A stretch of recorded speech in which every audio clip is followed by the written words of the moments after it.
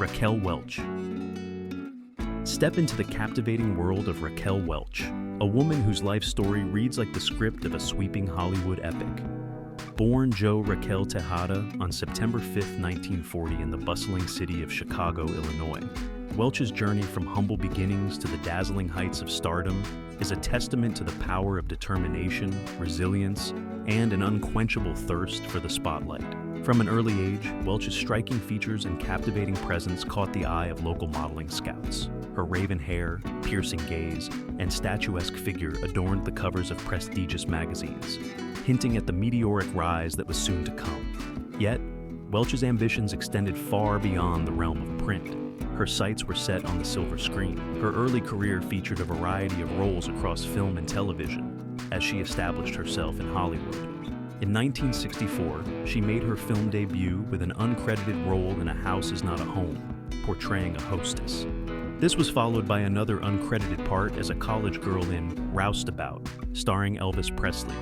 Between 1964 and 1965, she appeared in a handful of television shows, although small, on The Virginian, playing Raquel in the episode The Legend of Lily, and had a walk-on role in Bewitched.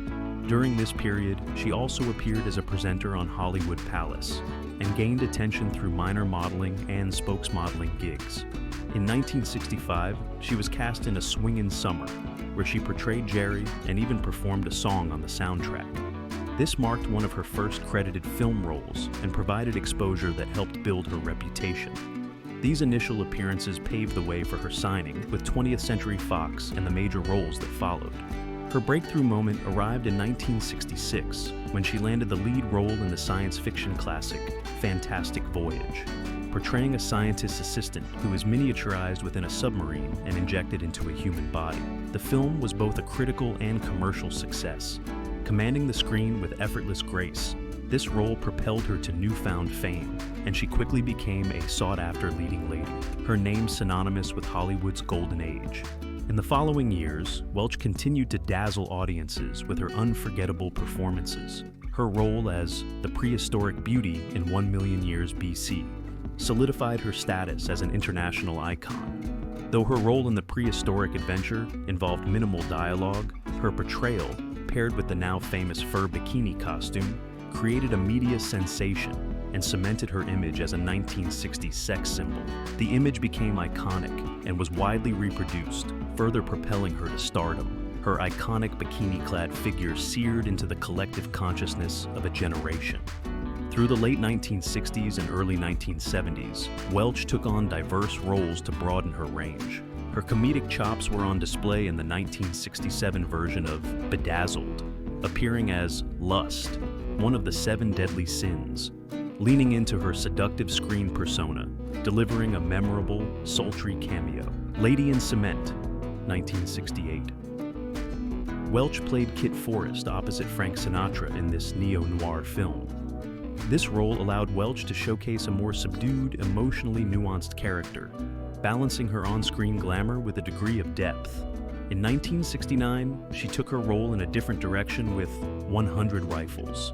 In this Western, Welch starred as Sarita, a Mexican revolutionary, alongside Jim Brown and Burt Reynolds. This role was groundbreaking for Welch, as it required physicality and a strong, assertive presence, diverging from her previous, more glamorous roles. Her performance was praised for its boldness and willingness to tackle a gritty role, though the film itself faced controversy. The 1970s were a busy decade for Raquel Welch. She not only released Raquel Welch Sings, which showcased her sultry vocals and her ability to captivate audiences with her star power, and was both a critical and commercial success. One of her significant film roles was in Myra Breckenridge, 1970, which sparked considerable controversy upon its release due to its explicit portrayal of sexual themes. The film included a notorious scene of sexual humiliation and non-consensual acts, contributing to its X rating. Based on Gore Vidal's novel, the film features Raquel Welch in the title role and explores gender identity, sexuality, and the film industry through a lens that was considered avant-garde for its time.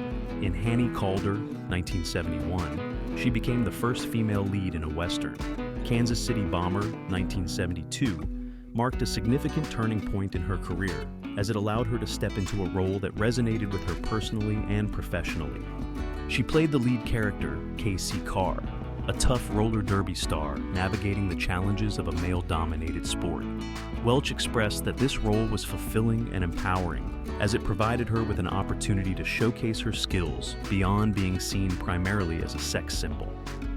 In The Three Musketeers, 1973, she played the comedic role of Constance Bonacieux, D'Artagnan's love interest and a lady-in-waiting to the Queen of France. Welch's performance earned her critical acclaim and even won her a Golden Globe Award for Best Actress in a Musical or Comedy in 1974. In the late 1970s, she starred in television specials and made guest appearances on popular shows like The Muppet Show,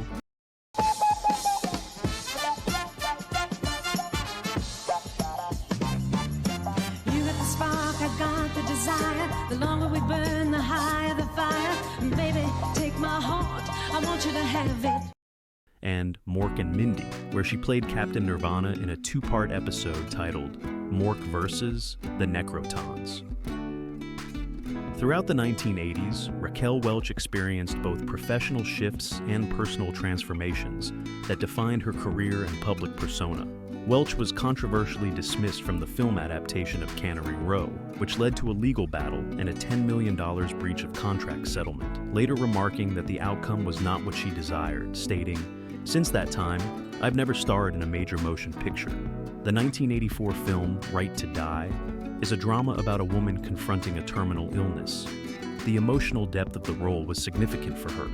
She remarked, "It was one of the most challenging roles I've taken on, as it required me to tap into deep emotions that were incredibly personal." Her performance earned her a nomination for a Golden Globe. Through her willingness to tackle difficult and diverse roles, she had established herself as a multifaceted performer, balancing film, television, and stage by the end of the decade. She reflected on her career journey, stating, "Each role has been a step in my evolution as an actress. I'm grateful for the challenges and the growth they've brought me." In the 1990s, Welch continued to work on TV, making cameo appearances in films, and even releasing a fitness video, Raquel, Total Beauty and Fitness, marking her transition into the fitness industry, where she promoted a healthy lifestyle, combining exercise with beauty tips. In 2001, Raquel played a brief role as Mrs. Wyndham Vandermark in Legally Blonde, a role that introduced her to a younger audience and added both humor and depth to a film that ultimately became a hit. Welch's enduring association with the Muppets was underscored when she appeared in The Muppets Wizard of Oz, showcasing her aptitude for combining nostalgia with contemporary entertainment.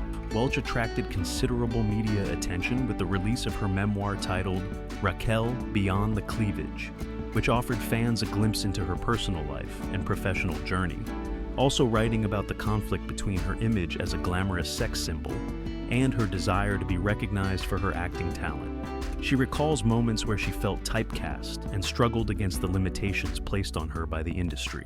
This tension between her looks and her ambitions resonates throughout her narrative, highlighting her journey of self-acceptance and the pursuit of authenticity in a world often focused on superficiality. She continued to be active in the entertainment industry in 2006, making guest appearances on programs such as The Ellen DeGeneres Show. She was acknowledged as a cultural icon when Empire magazine included her in its list of the 100 sexiest stars in film history. In 2008, she appeared in How to Be a Latin Lover, a comedy that recognized her legacy and linked her earlier work with contemporary narratives. Finally, in 2009, Welch established her own line of beauty and wellness products. In 2009, she was featured as a guest judge on Dancing with the Stars, where she brought her Hollywood glamour and expertise to the panel. Welch was photographed publicly for the first time in over 2 years in September 2021, sparking interest in her well-being and potential future projects. At this point, she had not taken on new acting roles since 2017, with her last credited performance in Date My Dad. Welch's impact on popular culture extended far beyond the silver screen. She became a revered style icon, inspiring countless women with her bold fashion choices and her unapologetic embrace of her beauty. Her Her image, captured in countless magazine spreads and film stills, became a symbol of empowerment and a testament to the power of the feminine mystique. Tragically, Welch's life came to a sudden and unexpected end on February 15, 2023, when she passed away at the age of 82 in her home in Los Angeles, California. Her family shared that she had experienced health challenges in the years leading up to her death, which included hospitalizations and a previous diagnosis related to cardiac issues. The cause of her death was reported as cardiac arrest. Following her death, she was cremated, and her family opted for a private memorial service to honor her memory. Raquel Welch's journey is an exhilarating saga, a striking loss that reverberates through the entertainment world and touches the hearts of her passionate fans. Love hearing about iconic stars who have passed away? Subscribe at Evergreen Token now for captivating mini bios of legendary late celebrities and breaking celebrity death shorts celebrating their remarkable lives.